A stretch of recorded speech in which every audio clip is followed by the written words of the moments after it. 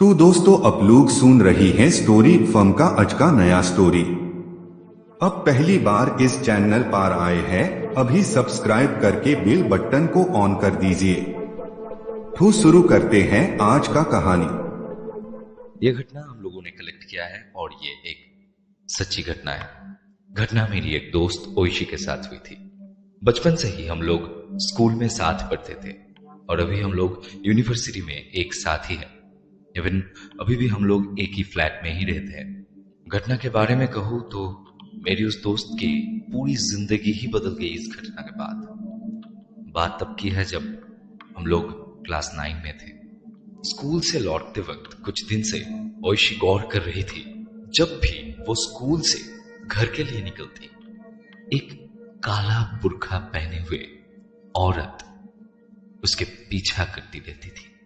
शुरुआत में तो उसने भी नजरअंदाज कर दिया, पर उसके बाद हर दिन वो उसे देखती थी काला बुर्का पहनकर कोई उसके पीछे पीछे आ रहा है। उसने फिर सोचा कहीं बच्चा चोरी करने वाला तो नहीं। इस डर से वो अगले कुछ दिन संभाल कर स्कूल आने जाने लगी। फिर कुछ दिन बाद उसने उस महिला को नहीं देखा।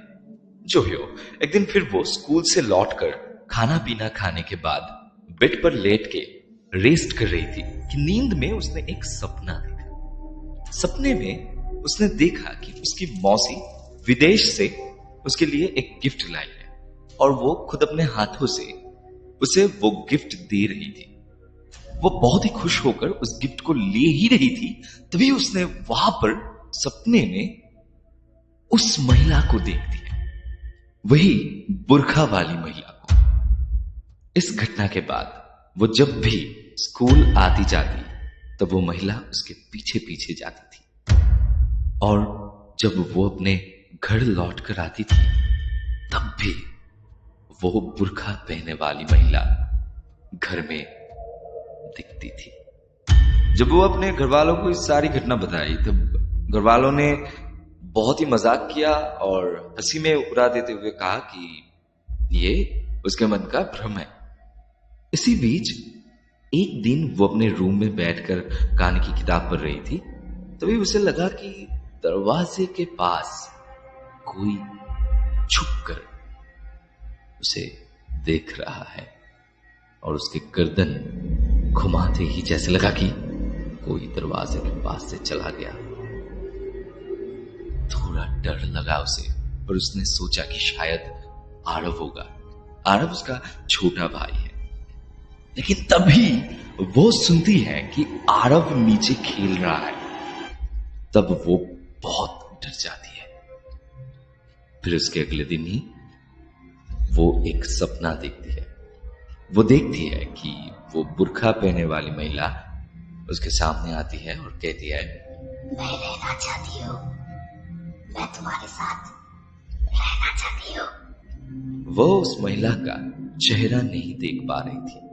वो लंबी थी और पूरा चेहरा उस काले बुर्खे से ढका हुआ था। वो महिला सपने में उसे कह रही थी कि वो उसके साथ रहना चाहती है। तो वो सपने में ही बोल पड़ी उसे, मुझे आपसे डर लगता है, मैं नहीं रहूंगी आपके साथ। तभी वो देखती है कि वो बुर्खा पहने हुई महिला एकदम से एक सुंदर बच्चे में बदल गई।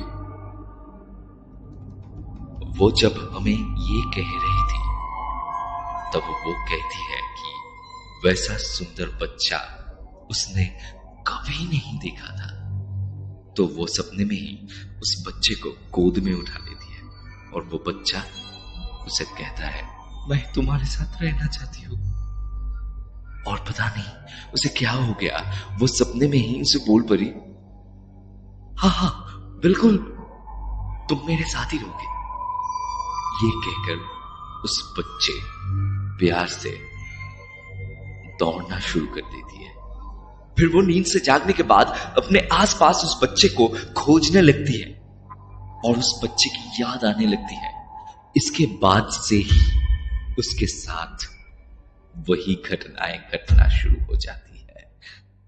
वो अपने घर में फिर से उस बुर्का पहने महिला को देखने लगती है, लेकिन उसके साथ इस बार और भी एक महिला थी, अर्थात 2 लोग, और वो दोनों हमेशा उसके घर की खिड़कियों को पकड़कर खड़े रहते थे। ये वो अपने घर वालों को बार बार बताती, लेकिन उसके घर वाले उसके मन का भ्रम कहकर टाल देते थे। वो रोती है, चिल्लाकर कहती थी, मैं देख रही हूं 2 औरत बुर्का पहनकर खड़ी है, उधर उधर देखो, देखो आप लोग। लेकिन घर वालों पर इसका कोई असर नहीं होता था। वो देखती थी कि जब वो अपने मां के सामने खड़े रहती थी, वो उनके पीछे उन दोनों औरतों को खड़ी देखती थी बुर्का पहने। वो कहती थी, मां वो देखो तुम्हारे ठीक पीछे वो दोनों खड़े हैं, तुम नहीं देख पा रही हो। और जब उसकी मां पीछे घूमकर देखती थी तो उन्हें वहां कोई भी नजर नहीं आती थी, अर्थात वो दोनों औरतों को मेरी दोस्त ही सिर्फ देख सकती थी और कोई भी नहीं। एक दिन वो सोई हुई थी, अचानक एक जोरदार आवाज से उसकी नींद खुलती है और आंख खुलते ही वो अपने किताबों को फर्श पे बिखरा हुआ पाती है और उसके रूम की कुर्सी जिस पर वो बैठकर पढ़ती थी, उसने देखी वो कुर्सी उसके सर पर हवा में लटक रही थी। उस आवाज की वजह से उसके माता पिता भी पहुंच जाते हैं और उसके रूम के बाहर उसने ये दृश्य को देखकर ये समझा कि ओइशी आज तक जो भी घटनाएं बताई वो कोई भी घटना झूठ नहीं थी, सब घटना सच थी। तब तक हम लोग क्लास 10 में पहुंच चुके थे। उसके मां उसे बहुत से ओझा तांत्रिक के पास लेकर गई थी, लेकिन कोई भी उसके काम नहीं आ रहा था और सब कुछ अलग सा होते जा रहा था। अब चीजें बदल रही थी धीरे धीरे करके। अब वो जब सोती थी और कोई भी सपना देखती थी तो वो हकीकत में बदल जाता था, जैसे मतलब उसे सपना भी नहीं कह सकते थे। वो जब भी सोती थी उसके कान में आकर कोई कहता था कि आज ये होने वाला है, कल वो आने वाला है, और वो सब होता था। लेकिन एक दिन वो बहुत डरी हुई थी, क्योंकि जब वो नींद में थी तो किसी ने आके उसके कान में ये बताई कि शुभम वो और नहीं बचेगा। शुभम उसके चाची का बेटा है। इसके बीच में एक बात बताओ, उसके माता पिता विश्वास करते थे, लेकिन उसके बाकी परिवार वाले उस पर भरोसा नहीं करते थे। तो क्या हुआ, ओइशी बहुत डर गई थी और दौड़ते दौड़ते वो अपने चाची के पास गई और उनसे पूरी घटना के बारे में बताया और कहा कि शुभम को बहुत ही ध्यान रखने के लिए।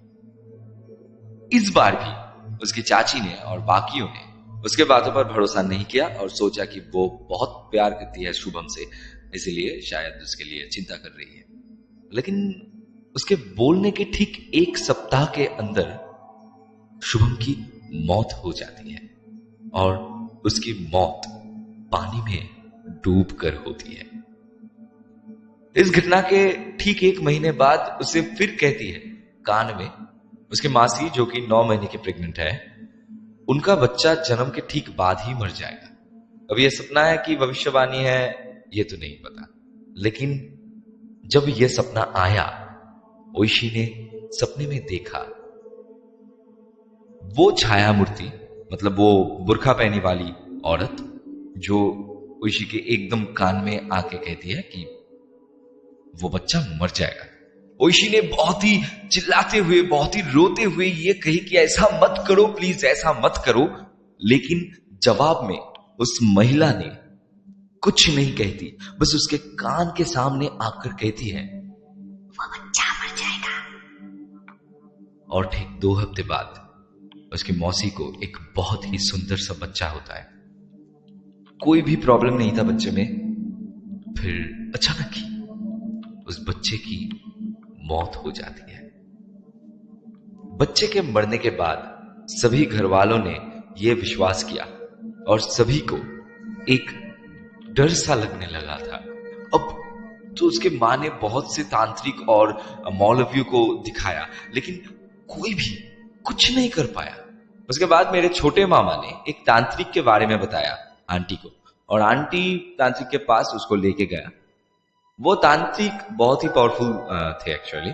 तो उसने क्या किया, उसने दो जिन को, वो जो दो महिला थी, उन दोनों को हाजिर किया। तब वो दो जिन ये बताया कि कोई उन दोनों को ये करने के लिए बोल रहा है, और वो दोनों जाने से पहले किसी ना किसी को मार के ही जाएंगे। और फिर कुछ दिन बाद आंटी यानी ओइशी की मां की मौत हो जाती है। बहुत ही अद्भुत तरीके से उसकी मौत हो जाती है। डॉक्टर्स ने भी कहा था कि वो किडनी पेशेंट थी जरूर, लेकिन उनके हार्ट में किसी भी तरीके की कोई प्रॉब्लम नहीं। डायलिसिस के वक्त हार्ट बीट इतनी तेज हो गई जो सभी के लिए अकल्पनीय थे, और इसके बाद ही आंटी हम सभी को छोड़कर चली गई। इसके बाद ओइशी को फिर किसी भी तरह की कोई समस्या नहीं